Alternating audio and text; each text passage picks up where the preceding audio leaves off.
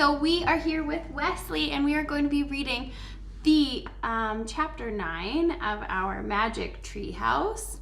We are going to be reading chapter 9, The Amazing Ride. We left off on chapter 8 just before spring break, so I'm super excited for us to read the next chapter, and so is Wesley. He's so excited. Okay, so here we go. The Pteranodon coasted down the ground. He stared at Jack with his bright, alert eyes. What was Jack supposed to do? Climb on?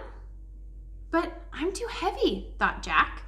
Jack looked at the Tyrannosaurus. It was starting up the hill. Its giant teeth were flashing in the sunlight. Okay, thought Jack. Don't think, just do it. Jack put his book in his pack. Then he climbed at the Pteranodon's back. He held on tightly. The creature moved forward. He spread his wings and lifted off the ground. Jack nearly fell off as they teetered this way and that. The Pteranodon steadied himself and rose to the sky. Jack looked down. The Tyrannosaurus was staring up at him and chomping the air. What do you think that would look like if you were chomping the air? Kind of look kind of funny or kind of scary. The Pteranodon glided away. He sailed over the hilltop and over the valley. He circled above all the duck-billed dinosaurs and all the nests filled with babies. Then the Pteranodon soared over the plain, over the Triceratops, who was grazing in the high grass. Jack felt like a bird. The wind was rushing through his hair. The air smelled sweet and fresh. Jack whooped and laughed. He couldn't believe it.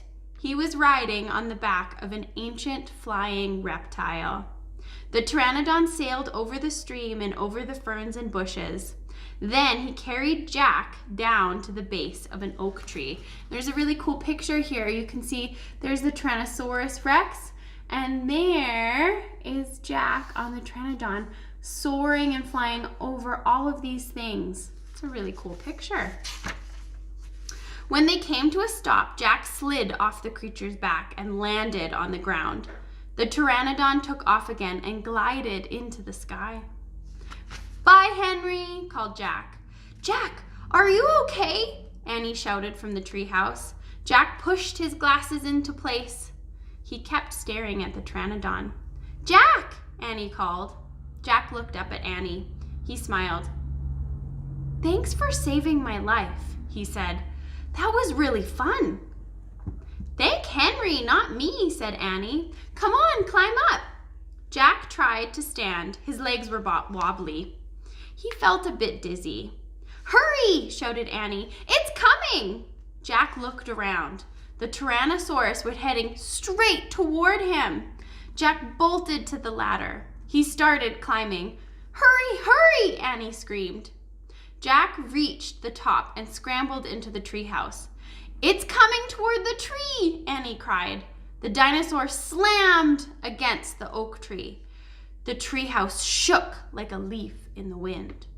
Jack and Annie tumbled into the books. Make a wish to go home, cried Annie. We need the book, the Pennsylvania book, said Jack. Where is it? They both searched madly around the treehouse. Found it, said Jack. He grabbed the book and flipped through the pages. He found the photograph of the Frog Creek woods. Jack pointed to the picture in the book. I wish we could go home, he shouted. The wind began to blow. Jack closed his eyes. He held on to Annie tightly. The treehouse started to spin. It spun faster and faster. Then everything was still. Absolutely still.